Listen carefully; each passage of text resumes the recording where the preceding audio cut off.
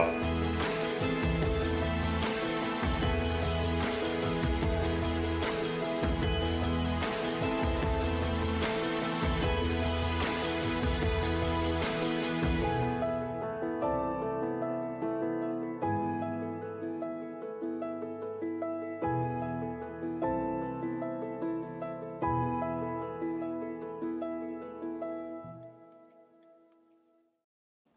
Well, welcome to the day after Teruah. My pleasure to be with you. We're here in our library studio. This is the Yahweh blog. I'm your host, Greg Winn.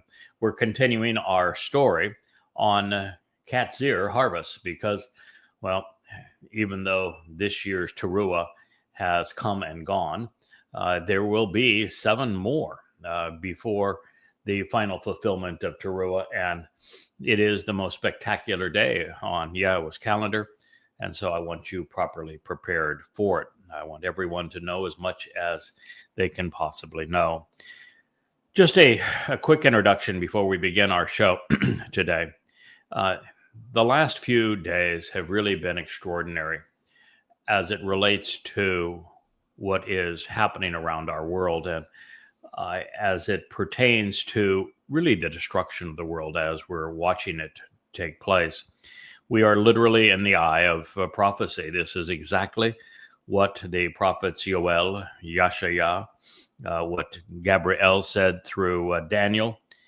It is all just coming to materialize right on schedule. They told us when it would occur, that it would begin at this time, how it would transpire, what was going to happen to Israel and Jews and the world at large, and who was going to be the primary player as the Satan incarnate to make all this occur. And, you know, we watched something that was diabolical on Sunday. I think more than 100 million people tuned into that Fiasco pertaining to Charlie Kirk. You know, you had a miserable anti-Semite and Carlson Tucker Carlson, speaking about blaming Jews for the assassination of Kirk and even blaming Jews for the crucifixion of the mythical Christ, not recognizing that by repeating that story, all he's really doing is impugning the credibility of the Christian New Testament because it claims it, and it is obviously untrue. I mean, not only didn't Jesus ever exist, he is nothing but a product of identity theft, but in first century Roman-occupied Judea, the Romans were the ones who crucified. If somebody was crucified, they were crucified by the Romans, who became the Roman Catholic Church. So the Christian concept of blaming Jews for killing their God is absurd in every possible way. And that's what Tucker still promoted and Christians applauded. And it's ludicrous. First of all, God can't be a man. Second of all, men cannot kill God. Third, if there was crucifixion, it was perpetrated by the Romans, not by the Jews in Roman-occupied Judea with the Roman method of capital punishment.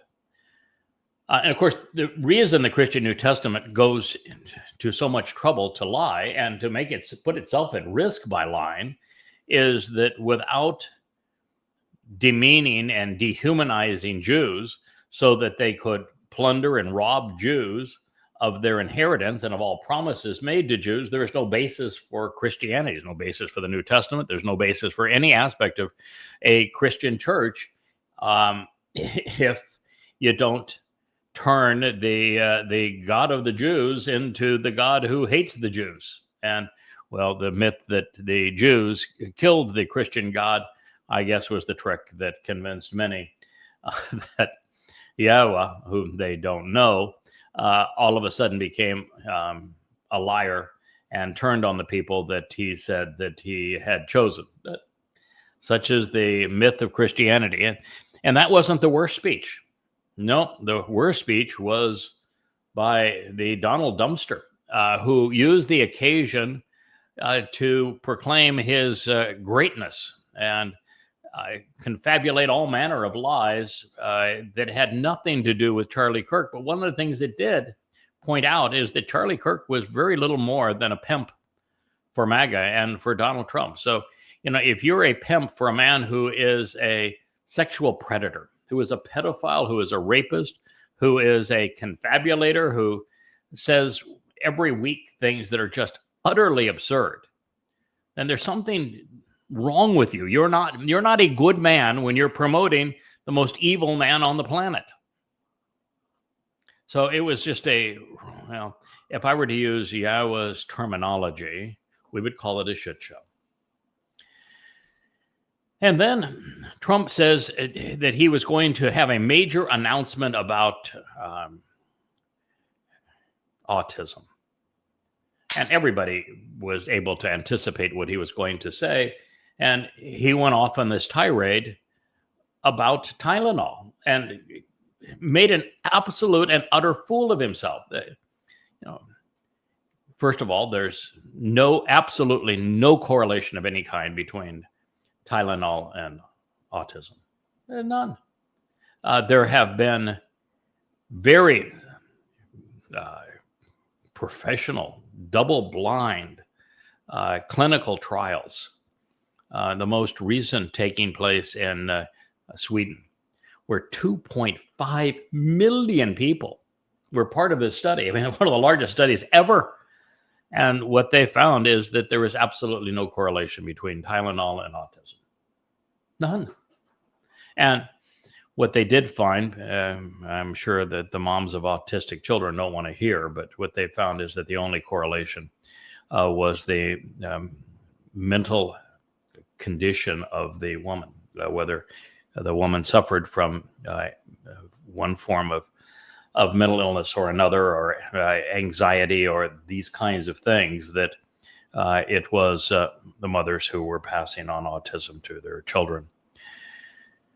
And I know that's not popular to hear, that anxiety and depression and these kinds of things was the only correlation, and that the increase in autism would be from an increase in the well-being and the mental attitude and aptitude of women today. But that's what the study found.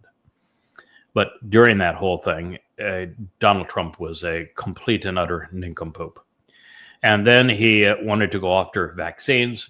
And as I have shared with you on many programs, and I shared with Rich yesterday, if you look at scientific and medical advancements and contributions to humankind, it would be hard to find anything that has been overall as beneficial to humanity as vaccines. Like all forms of medicine, they are not perfect. There is nothing we have ever invented that is perfect. But when you look at the cost-benefit analysis of vaccines, they are principally responsible for us going from a planet of about a couple of billion people to a planet of 8 billion people. That has hugely improved life and has all but eliminated many of the worst diseases known to man. And some it has eliminated. And vaccines are an amazing contribution to society. And the MMR vaccine has nothing to do with autism. That earlier report was completely rebuked because it was promoted by a charlatan who wanted to profit from his personal investment in an alternative to the MMR vaccine. And it was completely repudiated. And yet to repeat it, as they did in that press conference, is disgusting and irresponsible. It's the stuff of the worst of conspiracies. And then from that, we have Donald Trump making what may be the worst speech ever, where he was auditioning for King of the World at the United Nations. Now, this was a conference on the fate of the Fakistinian state, on whether or not it should be carved out of Israel. And he made the whole thing about his life story, about how he was this glorious real estate developer in New York City. And the fact is, he wasn't. He did more to destroy the wealth that he had inherited than he did actually build it.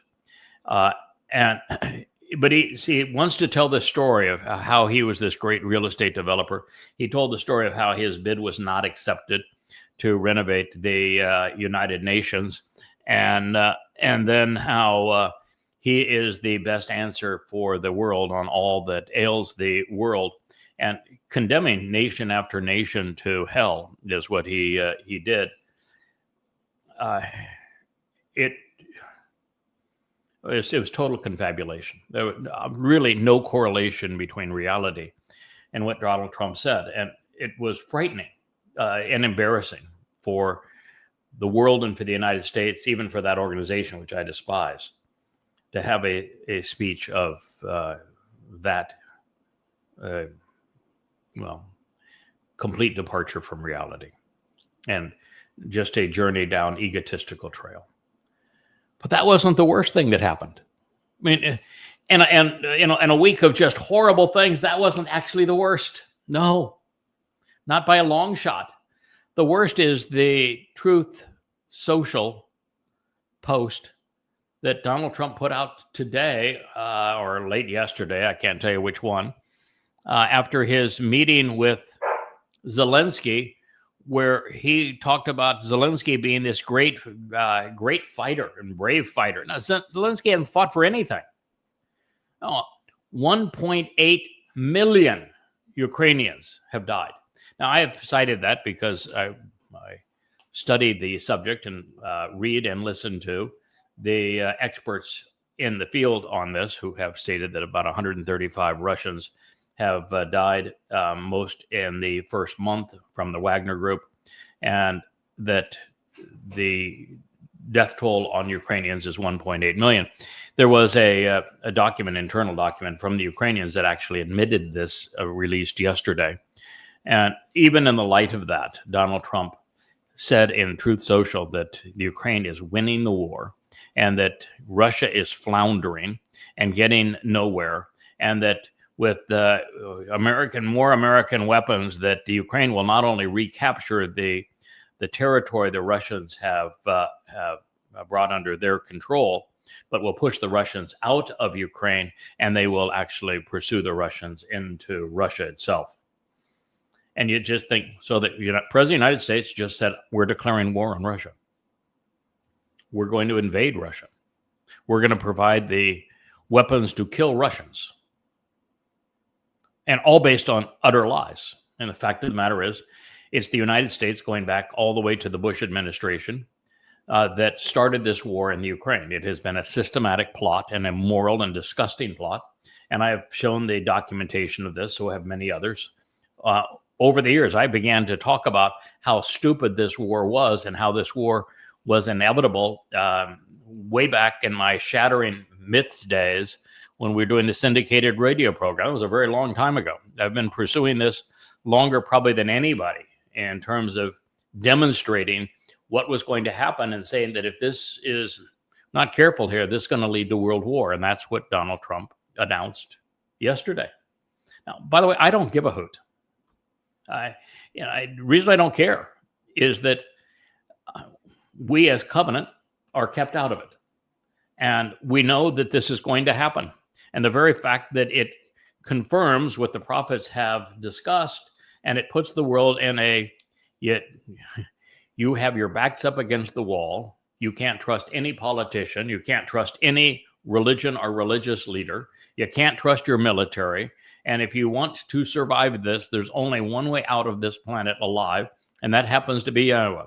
And so it puts the world in the very position that Yahweh said, I'm not going to cause these wars, but I know what's going to happen, that this is such a horrible situation. We're entering the time of Jacob's troubles. We were told exactly when we were going to enter it. I've been talking about it for a very long time as to when we were going to be in this period of the time of trouble.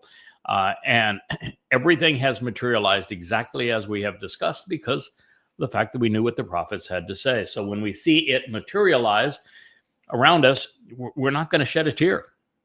We warned people about it, and now we're telling you there's only one way out of it. But what Donald Trump had to say in his Truth Social release was, absolutely revolting. He claimed to now understand the situation and then lied about everything. And the one of two things is true. Either Donald Trump's dementia, which we've been talking about for some time, and his confabulation, which is a psychiatric disease where there is no correlation between what a person believes and says and reality, and or his demon possession, which we said took place after he lost the last election, the election prior to this one, and then lost every court case. That his demon possession, his overall mental state, has put him in a position, along with the ongoing dementia and confabulation, to a point where collectively he just says stupid stuff for no other reason than he wants to pretend like he is the Lord of the world and controls everything. And now he's going to take it to Vladimir Putin, since Putin didn't surrender when they had their meeting in Alaska. And so that's a possibility. It's just utter stupidity and mental illness that has caused Trump to be in that position. The other is, it is actually part of a plan, and the plan is for the world to be at war so that the 2028 elections do not take place, and that Trump can stay as king of the United States and impose his will on the world. One of those two, take your pick. But the combination of those events,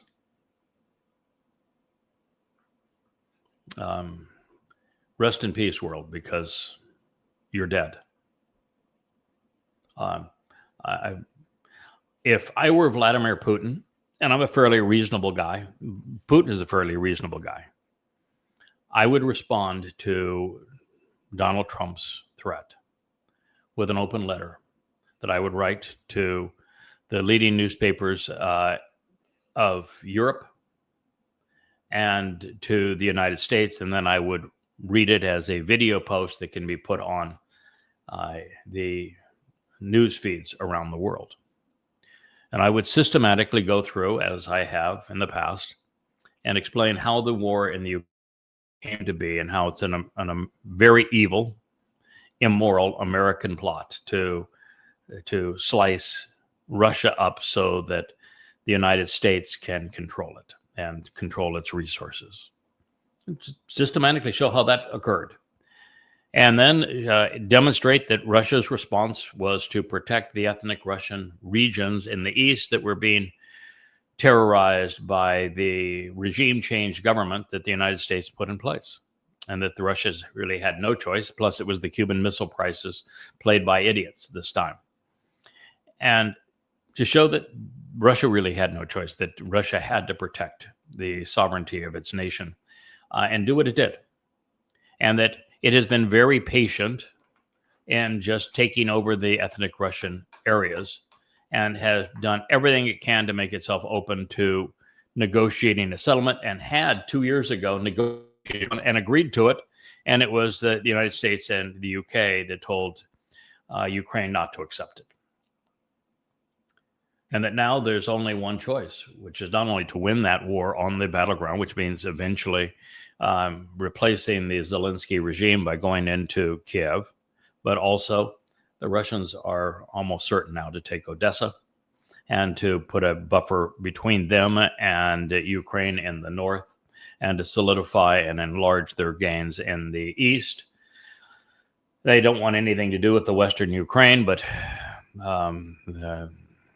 they need to defeat this regime, and they're very close to doing it, because the Ukrainians have no troops left to fight. Doesn't matter what kind of weapons they're given; there's no fight in them. But beyond that, what I would say is that because the European heads of state are threatening Russia and are declaring war on Russia, that any European nation that provides troops or that provides weapons that can or are used to harm Russians in Russia, that Russia will absolutely and unequivocally, putting on the Russians on record right now as saying that if the UK, if France, Poland, Germany, and I don't think Poland's this stupid, but the other three are, or the United States, provides weapons or manpower that is used to invade or attack Russians, that Russia will retaliate in those countries, and that it has the weapon systems that those countries cannot defend themselves against, and that they have no fight or no battle with the citizens of those countries, but absolutely with the leadership of those countries. That's what I would say. And I would make it unequivocal. So the world really is in a horrible position right now, and it's being led by insane people from around the globe, with none worse than Donald Trump. So I want you to know this is where you are. And I would say that probably the second worst leader in the world is Netanyahu. He's being afforded more and more weapons by the United States, and I think it is that the U.S. is playing Netanyahu just as did the Muslims who invaded on 10/7. Muslims on 10/7 didn't invade with 4,000 people on motor scooters and on foot, thinking they were going to take over Israel. They did it to make Israel so angry that Netanyahu would invade Gaza and destroy it, which is what he has done. Because by destroying Gaza, Israel has destroyed its standing in the world. And in this world, unless you are in Yahweh's protective custody, in Yahweh's hands, which Israel is not, you can't survive alone. And that's where Israel is. And the United States is continuing to give Israel more weapons for two reasons. One is it wants Israel in the position where when the United States finally says, listen, what you've done in Gaza is so egregious that we can't even stand with you anymore. And the United States is going to betray Israel based upon Israel's own actions. And the second reason, and when they do that, then the United States is no longer beholden to any deal that's made with Israel previously, and it's a much better position to deal with the Muslims that want Israel destroyed anyway, and they have the oil reserves. The second reason is that I'm convinced that the United States and Great Britain and others want Israel to re-engage in a war against Iran because they want access to and control over Iranian natural resources. And now with China and Russia firmly defending Iran, that war will be absolutely destructive for Israel.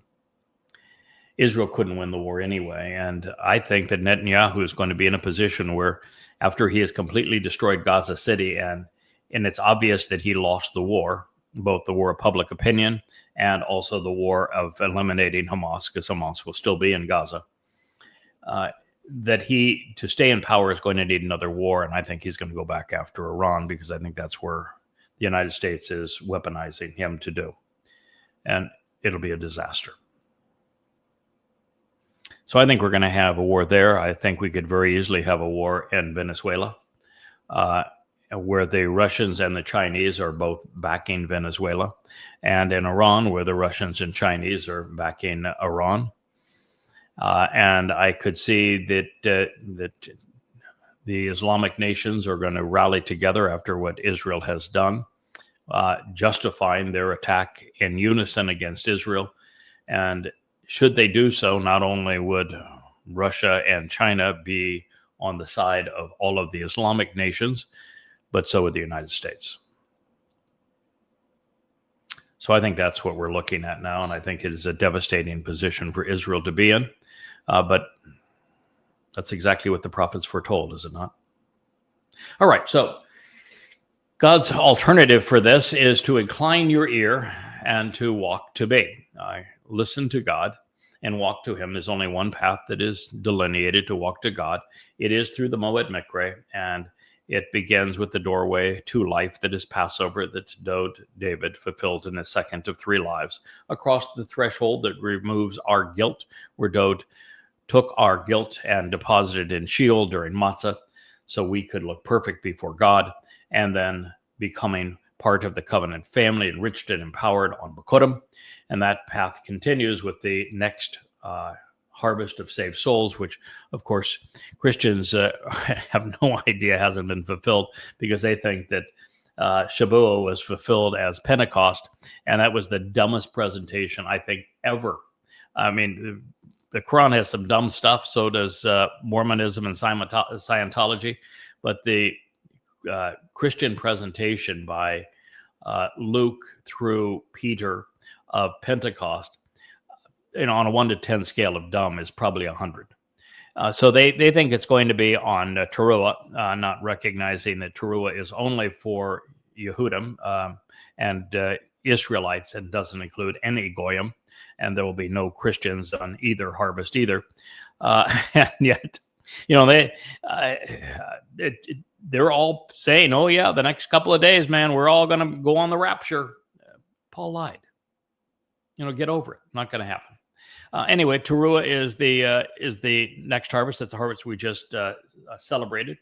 And that leads to Kippurim, which is where Yahweh, not Jesus, returns with Dowd, the actual Messiah, Son of God, and returning King.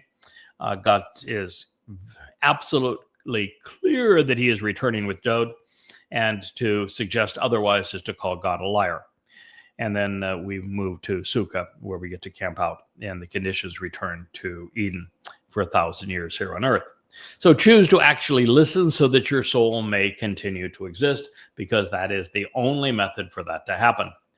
And then Yahweh uses a term, and I think the last time I did this program, Mike Beate did a nice presentation of karat. Karat is a term that is about 90% negative. It means to cut away, to cut out, to kill, to exterminate, to eradicate, to eliminate. Karat, only positive connotation pursuant to the covenant is that Yahweh is cutting a line in the sands of space and time, and saying, you either cut into this covenant or cut out of this covenant, and the vast preponderance of you are cut out of this covenant. And it is just very clear that what God is saying here is that he does not want the majority of people, or even a significant percentage of people, to be part of his covenant family and infecting forevermore. And so he's far more, I'm going to cut you out of than I'm going to cut you into.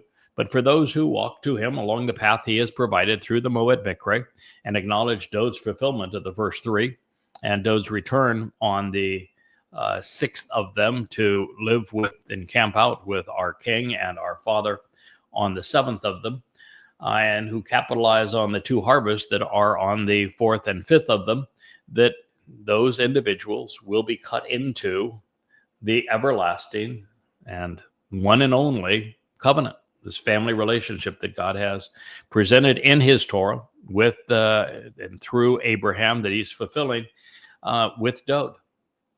And it says, which was affirmed and verified with unremitting and unfailing devotion by Dowd.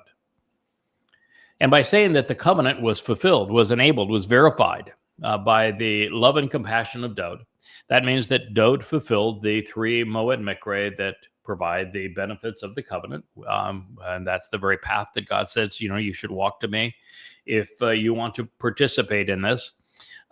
And you listen to him by reciting the Torah, that the very fact that this is through Dowd means there never could have been a Jesus. That Jesus is nothing but a complete and utter fraud, that the most popular religion in the world is not only based on a lie, it's based on a hideous lie that robs God's people and God himself of the most important person in the world, our former and returning King, the actual Messiah and Son of God, our Savior, Dowd David. I don't think there's any declaration that's more important for you to process. And yet here it is, right out in the open. And yet for the past 2,700 years, no one ever noticed it. Dowd is the savior. He is the exemplar of the covenant. He is the enabler of the covenant. And he is our savior. And to say anyone else is a savior, like pretending that there was a Jesus and that he somehow saved, is to call God a liar. It's a very bad idea.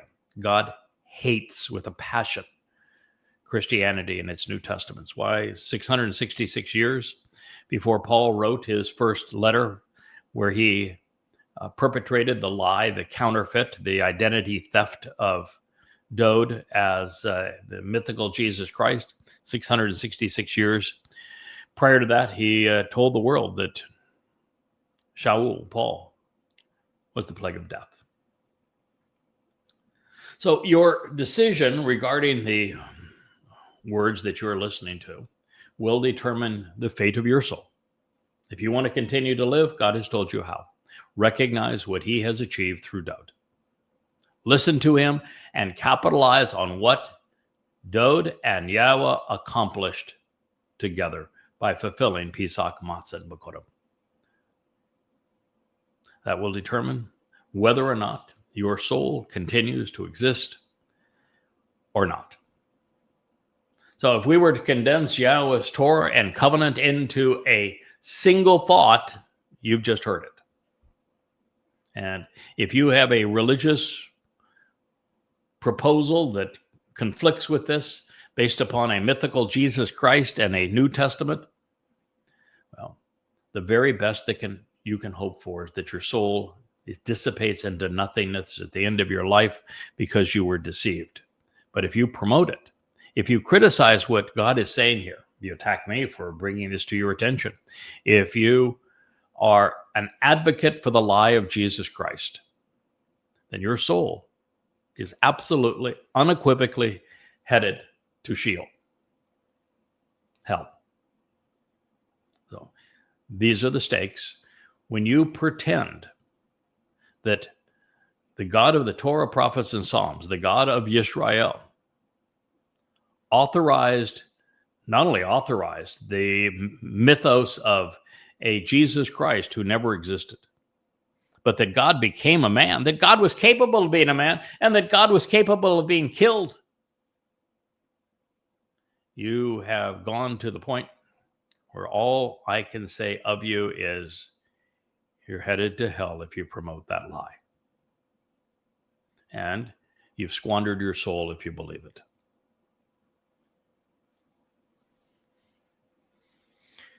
So let it be known. Yahweh is offering to give us what he achieved with his beloved son, and his beloved son name is Dowd. All we have to do is listen and respond. This is we have to walk to him along the path he has provided, but that is what he means by responding. This is the message Yisrael and Yehuda most need to hear because they're not listening either. It's God's disgust for the founder of Rabbinic Judaism, Akiba, promoting a false Messiah that led to the diaspora with Bar Kokhba is every bit as reprehensible as the Rabbi Paul promoting the myth of Jesus Christ as a false Messiah. Well, Dowd is an enduring and restoring witness. He spoke and wrote on behalf of Yisrael. He was not a person whose message was read much outside of Israel, unless it's just to corrupt it as it is in Christianity or in Islam. Further, calling the king of the universe, is the term that we're going to read here, Neged, is wrong. A Neged is a prince, not a king. A Neged is someone who is authorized to lead, but on Dowd's case, he's the sovereign of the universe. They're not in the same realm. It's like those who are mistaken and would pretend that the choder, which is a stem, pertains to Dowd, when Dowd is the shemek, the mighty branch of the tree of lives. They aren't comparable. It's as different as the greater and lesser luminary of the fourth day of creation, where the greater luminary is equated to the sun, the source of light, Dowd, and the lesser luminary is equated to the moon, which reflects the sun's light, but has no light of his own, simply reflects the light of the greater luminary. That's the difference here. So the Neged is Dowd's Bashar Herald, could be the Nakar, the observant foreigner as we go forward. It could be the final of the three Zeroas, but this gift, while Dowd is the ultimate son who was given to us, and his fulfillment of Pesach Matzah B'Kodim are the greatest gifts ever. In this next line, Yahsha'Yah is speaking about the one who would tell you about the contribution of Dowd. He reads, "Behold, I bestowed him as a gift, an enduring witness to the restoring testimony, to people of every ethnicity and culture, an authorized leader publicly promoting the truth, this Neged, as an instructor for an archaic and misled world." Yahsha'Yah, Isaiah 55:4, and God has done this very thing, and Yahsha'Yah knows it. So there have been a number of epiphany moments in our time together. One of these occasions occurred many years ago as I was making the transition from observations and Yahsha'Yah, Isaiah, to coming home and the Mizmor Psalms, where we came to realize that Dowd's was the Messiah and Son of God, our former and returning King, and indeed our Savior, and that he volunteered to fulfill Pesach Matzah B'Kodim, and that God supported his decision for entirely rational reasons. He is the central figure in Yahweh's story, the most brilliant and articulate man who ever lived. He is the Son of God. He is the Messiah. He is the returning King of Kings. He is the one who rabbis allowed Christians to rob to create the counterfeit caricature of Jesus, which they then used to bludgeon God's people. Now, this was a giant leap forward in our understanding of Yahweh's redemptive message to his people. I would classify it as the single greatest discovery pursuant to God ever made. And that would come 5 years later after rewriting some 30 volumes of Yahsha'Yah to incorporate what we had learned about the Messiah. We discovered the greatest treasure ever behold by man. Dowd was more than Messiah and King, more than firstborn Son of God, more than Yahweh's chosen one and his most set apart. Dowd is the Zeroah, the sacrificial lamb. It was Dowd who by choice fulfilled Pesach, Matzah, and B'Kodim in year 4000 Yah, 33 CE. And so today, Shabuah and Teruah exist to capitalize upon what he has done and to restore the family. And this all leads to a wonderful celebration of reconciliation on Yom Kippurim in year 6000 Yah, 2033. And while it has always been apparent that Dowd is returning to protect his people and to serve as sovereign of Sukkah, no one heretofore had come to realize that Dowd will have lived 3 lives, just as he was anointed 3 times. And it was the failures of his first life and the responsibilities of the third that convinced HaMashiach to serve as Ha-Zeroah in his second coming. Now, this known, none of it mattered because no one knew. He offered the greatest gift in the history of the universe, and it mattered nothing because no one knew. Therefore, Yahweh is speaking through Yahsha'Yah to awaken Goyim and Yisrael to the voice of Dowd's herald, to the lesser luminary, to the man who is the Nakar, the observant foreigner, who is reintroducing not just Yahweh's name to the world, but reintroducing the Messiah to the planet and to his people.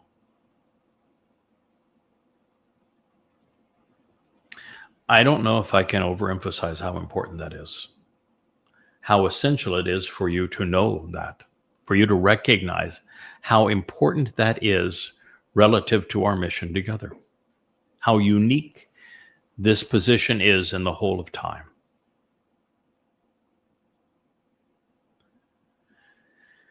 The implications are world-altering, soul-transforming. When it comes to our salvation, no matter the question, Dowd is the answer.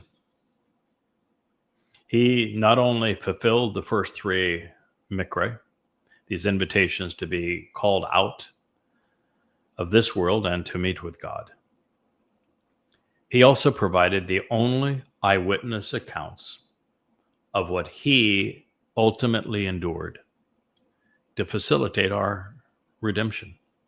The only eyewitness account of the fulfillment of Pesach, Mow'ed Miqra'ey were written with Dowd's own hand 1,000 years before he fulfilled them. He specifically described how crucifixion kills. 700 years before crucifixion even existed.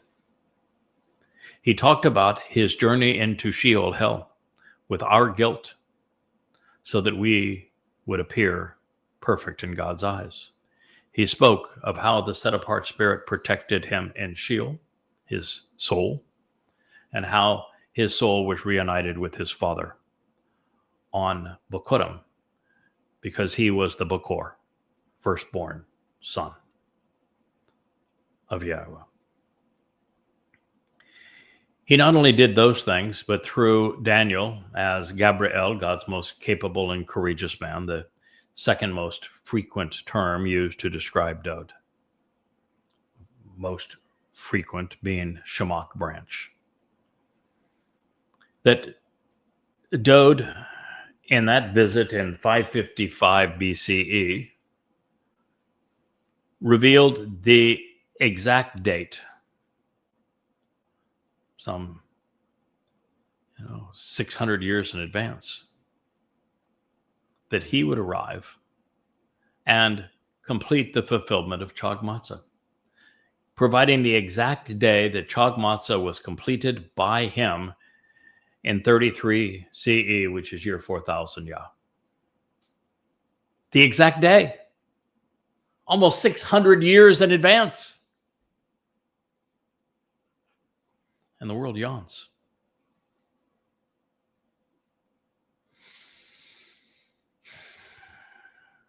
Dowd provided the eyewitness. He provided the prophecy. And he wrote about these things and spoke of them in first person. He is everything Jews should await and that Christians should opine, and infinitely more. Simply stated, by working together, Father and Son have made life within the covenant family possible for everyone who acknowledges and accepts what they have accomplished together.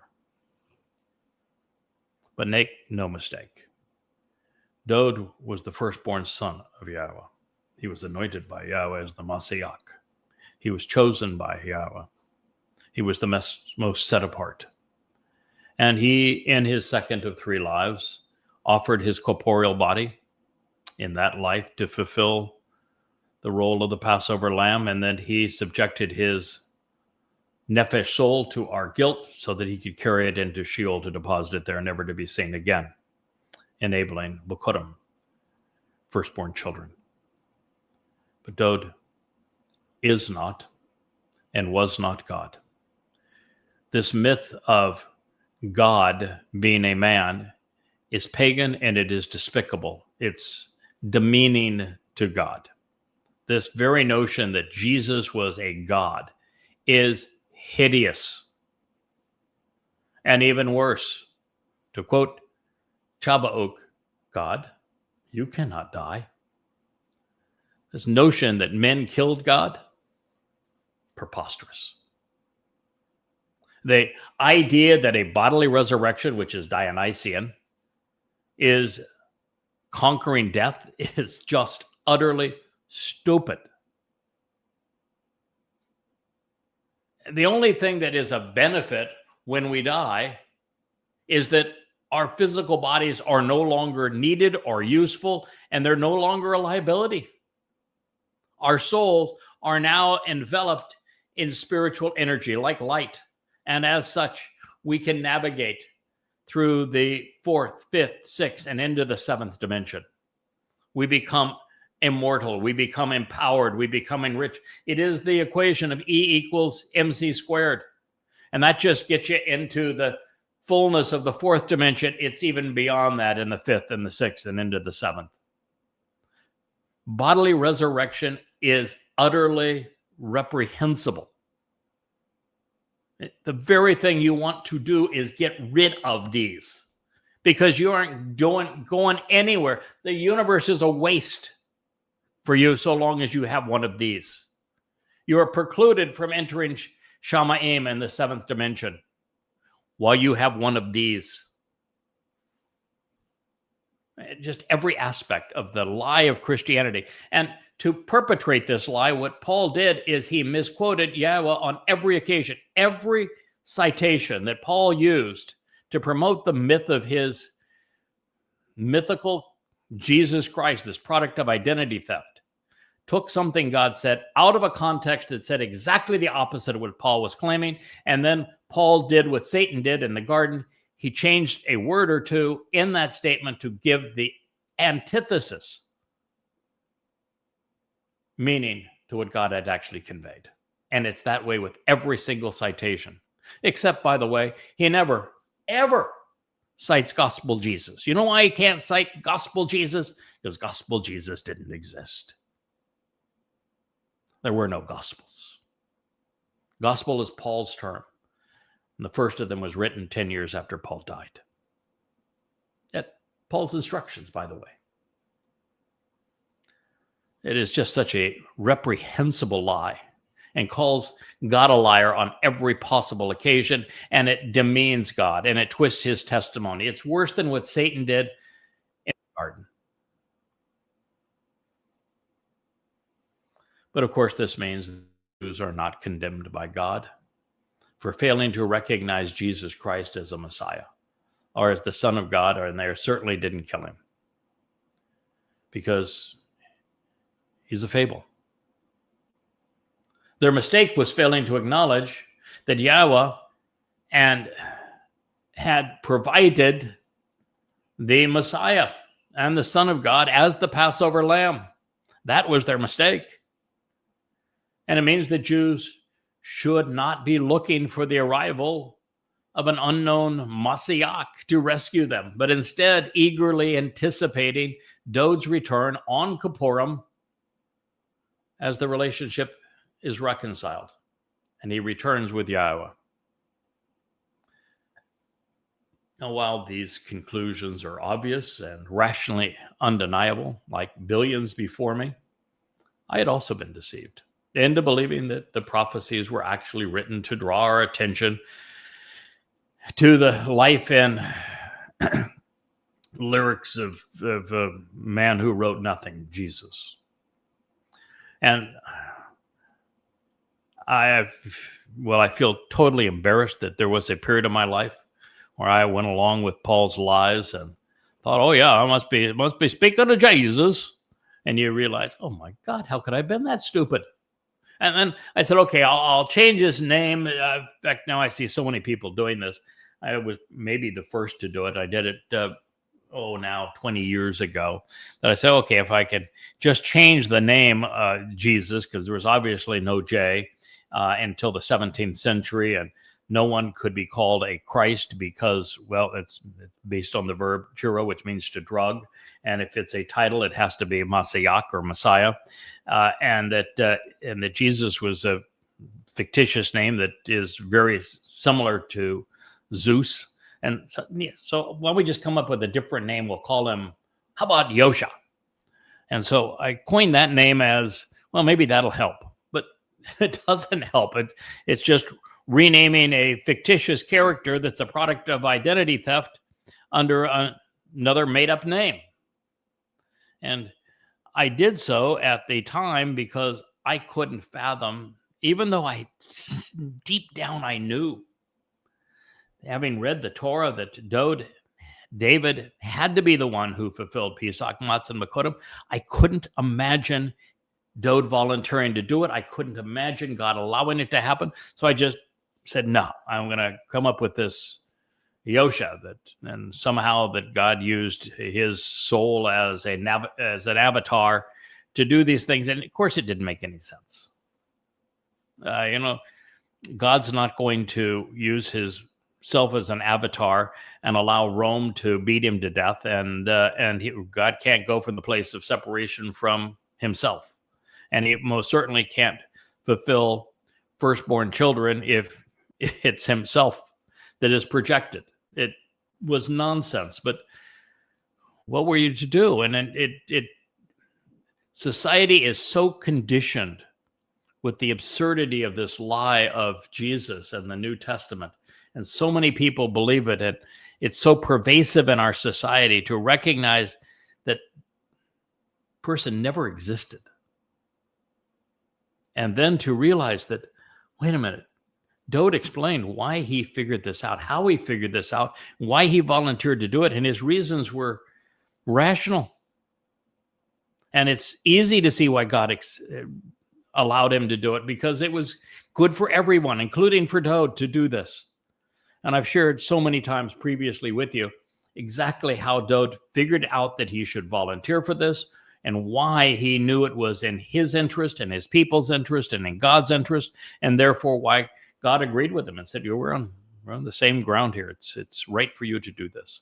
And how God provided a corporeal body and a second of 3 lives for Dowd to sacrifice as a Passover lamb, and then protected his nephesh soul as he carried our guilt into Sheol, and how beautiful that solution is, so that Dowd became the Bakor, firstborn son, on Bakurim. It's a marvelous, consistent, beautiful, totally wonderful explanation of God's actual plan. So this portrait was actually painted by our Messiah, writing in first person about how he would experience all of this as the Zeroah. And the reason Dowd wrote about what he would endure to save us from ourselves in first person is because, well, he actually endured it in first person, making it all possible. So once this treasure was revealed and confirmed, and I was able to analyze all aspects of it, I realized the sharing what Yahweh had achieved through this man, through Dowd, delineating what can be known about their relationship and demonstrating, therefore, that the entire Christian New Testament was trash. And now those 5 volumes, this happens to be volume 2 of 5 of Twistianity, where I proved that there is nothing in the Christian New Testament that's true, that all of it is rubbish. But you have to do that so that people are finally in a position to appreciate that it was Dowd who accomplished these things. So it became the preeminent mission of my life to share this with the world. So you, by listening to it, could also have a relationship with Yahweh. That you could follow Israel's king into the kingdom. Simultaneously, of course, I came to realize that the toxic root of Christianity, replacement theology, was a crime of identity theft.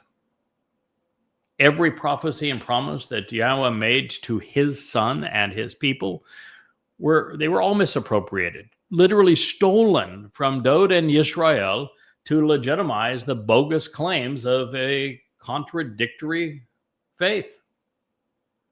And I immediately realized that I had to correct my commentary, that to convey the truth, I would have to position Dowd in his legitimate role as Yahweh intended.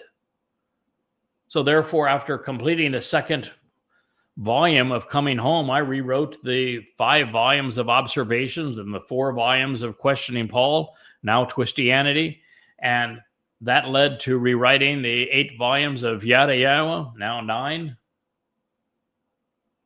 And on it goes.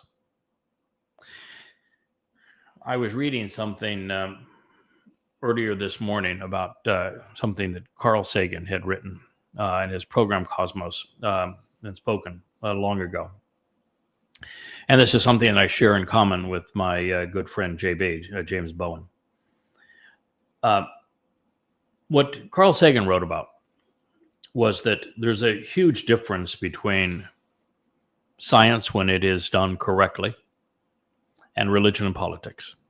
Because in religion and politics, when it is shown that they are wrong, they never admit they are wrong, ever. There is no attempt to learn. There's only an attempt to continue to promote the lie. And in science, the goal is to continue to learn. And if you learn something today that is a better explanation than what you gave yesterday, you admit that yesterday's explanation is not as good as the one that you've come to understand based upon further study and greater experimentation and a more comprehensive analysis of the facts. And you grow not only in understanding, but also in credibility when you're able to do that. And I don't know what the reason was, but I can tell you that among authors, having written 35 books, that's a lot of books. I've probably written actually 40 if you count all of them. Authors, and particularly now people that do what I'm doing now and speak openly, hate to admit that they're wrong. That's why I tell people all the time they want to go out and send my books to somebody who has a radio show or who is an author. And I said, don't bother.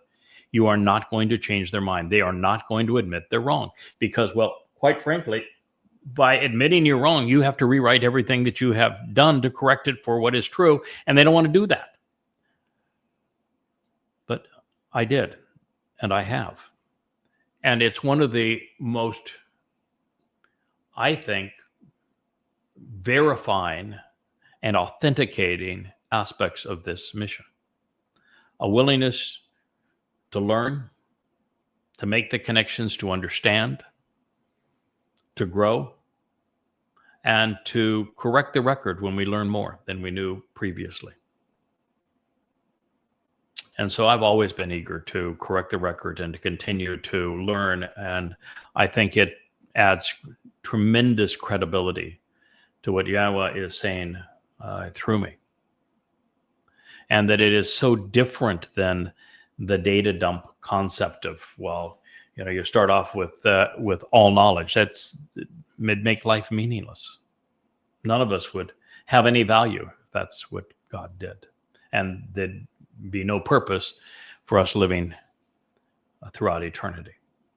It's all about learning and growing and adapting as we learn more. When this is done, and had I completed all of these rewrites, I turned my attention to the 2 books that were written in Babylon and composed the 3rd volume under the banner Babel. They are eye-openers to be sure. I was able to prove that Daniel was not a prophet and that Ezekiel actually spoke for Satan. By the way, what that means for future prophecy is there is no valley of the dry bones. There is no Gog. There is no Magog federation. There will be no Armageddon war. There's only one battle, and that pursuant to Israel anyway, and it's Alaska Flood 2.0. It's going to begin in June of 2027. It's going to be devastating for Israel. So it is then with eager anticipation that I returned at that time to coming home, and I started writing the third volume, which I've now completed, and now are beginning the fourth volume of Coming Home. I was translating the Mizmor again that I realized that Dowd had volunteered to fulfill the initial 3 Mow'ed Miqra'ey with Yahweh's support, and that he used the moods that convey volition and choice, desire, in first and second person in his conversations with God to say, this is what I want and you support it.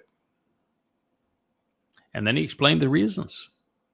And it isn't until you can understand how Dowd figured out on his own initiative that he should volunteer to be the Passover lamb. And I came to the same conclusion reading the story in Bereshith, the first book of the Torah, pursuant to Abraham and Yitzhak on Mount Moriah in 1968 BCE. And if I could come to that conclusion, I am certain that Dowd did as well. And then I came to the conclusion, even before I knew a fraction of what I've come to know about the Torah, and how Dowd would have figured out that Moshe was a man of exemplary character, and yet he could not lead Israel. He gave up, wanted God to kill him. Even God couldn't lead Israel. He gave up. And Dowd himself gave up during the Absalom rebellion. Israel's impossible, and he knew it. And so something had to be done to earn Israel's respect. Otherwise, the job that God wanted him to do as returning king would have been impossible and would have been miserable. And therefore, enduring 2 horrendous days at the hand of the beast of Rome and then Hasatan, the adversary, on earth and then in hell, was the answer. He could fulfill Pesach, Matzah, and Bekurim. And although it would be 2 horrendous days, it would provide value for everyone for all eternity. It was the right call. And he did it. And so once you realize that, now you have a most profound truth, the greatest discovery in human history to share with the world. So to be king forever, Dowd knew that he would have to earn his people's respect, and the best way to do that was to fulfill Pesach and Matzah, leading to Bekurim, 2 days of agony and hell for eternal admiration and respect. In the process, he would save his people, please his Father. Only one problem. No one noticed until now. And so if you want to know why God chose a Choder, a Nakar, a lesser luminary, a final Zeroah, a herald for the king, a cold voice to show the way, that's the reason. That is the reason. To reveal that the entire Christian New Testament is false, that Jesus never existed, and the actual Messiah and Son of God who fulfilled Pesach, Matzah, and Bekurim is Dowd David. The purpose of my life. And not just my life. The life of everyone who will participate in the Shabuah harvest, the Teruah gleaning, and the benefit of the sacrifice of the Adamah Parah, such that they can be present when Dowd returns with Yahweh on Kippurim and enter and celebrate the earth being returned to the conditions of Eden beginning on Sukkah. No one, not in all of human history, put all that together for you to understand and capitalize upon. That is the purpose of the Yahweh blog. That is why we're here. That is why the website exists with all of these books at Yahsha'Yah.com, all free. There's no greater truth in the universe.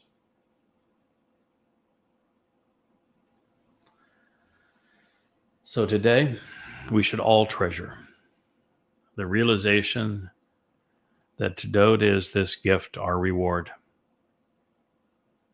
and that we should display an unequivocal admiration for the role that Dowd David plays in Yahweh's plans and in our salvation. And to highlight this discovery, there are several reoccurring themes that run throughout Yahsha'Yah Isaiah, the great prophet. Foremost among them is painting the proper prophetic portrait of Dowd. And this was done here because he is the fulcrum of God's unfolding plan of redemption. Now, second to that, at least here in Yahsha'Yah Isaiah, is the realization that a goy will be deployed by Yahweh to call his people home by disclosing this treasure. And this, ladies and gentlemen, may be among the most reoccurring themes and pronouncements in the totality of the Torah, prophets, and Psalms. This will be the last passage I'll read on this program for you. I want to emphasize this here and now while asking you to pay attention. Ken, behold, look now and see. There is a lone Gentile, a goy, someone who is not a Yisraelite or Yahud. This was written as absolute, common, masculine, singular. One specific and particular individual who is not ethnically or religiously Jewish. It is singular in 1 Qisa, that great Isaiah scroll. So I want to emphasize this here and now while asking you to pay attention. There is a lone goy, a Gentile, whom you consistently fail to recognize and acknowledge, who you don't know is Yada, Lo Yada, whom you can actually read calling out to you, Kara, continuing to offer you an invitation, which you can recite, summoning you by making announcements to welcome you, calling you out to a meeting with ongoing benefits over time.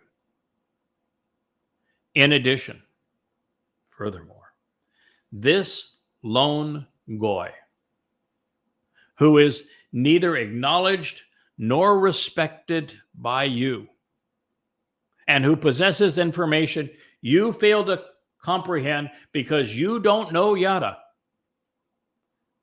shall be, and now has hurriedly been brought before you on behalf of Yahweh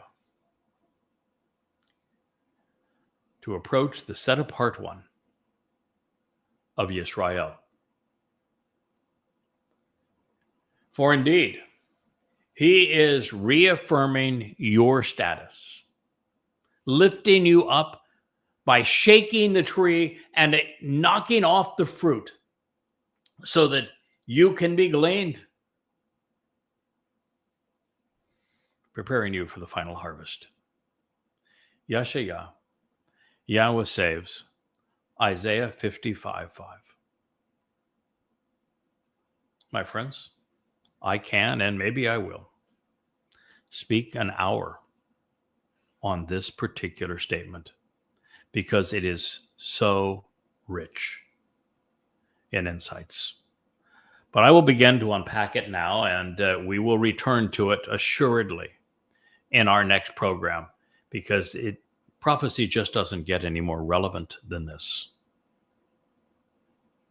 So after telling you that you need to listen to Yahweh and walk to him, and that this is the way to extend the life of your soul, and that the very covenant that God conceived was verified through the love and compassion of Dowd. You are now told that there will be a Gentile whom you do not recognize as Yada, who you can actually read that guy, Yada, whom you can read and recite, who is calling out to you. This lone goy who is not acknowledged or respected by you, that you don't recognize as Yada, is being brought before you hurriedly with an intense presentation and continual focus on you, not wasting any time, genuinely working as quickly as possible to pursue you on behalf of Yahweh, your God. Yahweh, not Hashem, not G-D, not Adonai, not Jesus, not Christ, not Allah. Yahweh, your God. To approach the set-apart one of Yisrael. Who is the set-apart one of Yisrael? There are two people, or two individuals that qualify. Yahweh is set apart, and he is forever associated with Yisrael, individuals who engage and endure with God. But when God designates a singular person, that he says that this person is the Kadosh, the most set apart, he introduces that individual and designates him as Dowd, his beloved son. He is the set apart one of Israel. To approach one, by the way, is to approach the other. When they return, they are returning together. Yahweh and Dowd. So indeed, he is reaffirming your status. Israel, you have been demeaned by Judaism, by Christianity, and by Islam. You've forsaken your status with God. It's been robbed from you by Christians and Muslims, but you've forfeited it through Judaism as well. And so the person who is now restoring your status, recalling you as Yahud, Yahweh and Dowd, Yahweh's beloved, the person who is reaffirming your status as the chosen people, so that you choose God back, so that you accept your inheritance, so that you return to God so he can return to you. The one who is reaffirming your status as the chosen people and shaking this tree, the reason that is written here, knocking off the fruit so you can be gleaned, is it is this goy's responsibility to do that very thing as the choder, as that stick that beats the olive tree, as Yahsha'Yah explained in the 17th chapter of this very book. To glean the 2 or 3, representing 2 or 3,000. Yehudim and the uppermost branches, and the 4,000 or 5,000 Israelites who were cut off in the lower branches on Teruah. The evening of Teruah before the following day, as then the sacrifice of the Adam of Perah. He is restoring your status both ways so that you can be gleaned. We'll return to the statement in our next program on Qatsyr harvest, but it's almost impossible to overemphasize how important the revelation that Yahweh made through Yahsha'Yah is now to our lives, to the lives of the covenant family, to the lives of Israel, such that we understand what God is saying and what it means to us in the here and now. So I thank you so much for listening. May you have a wonderful day.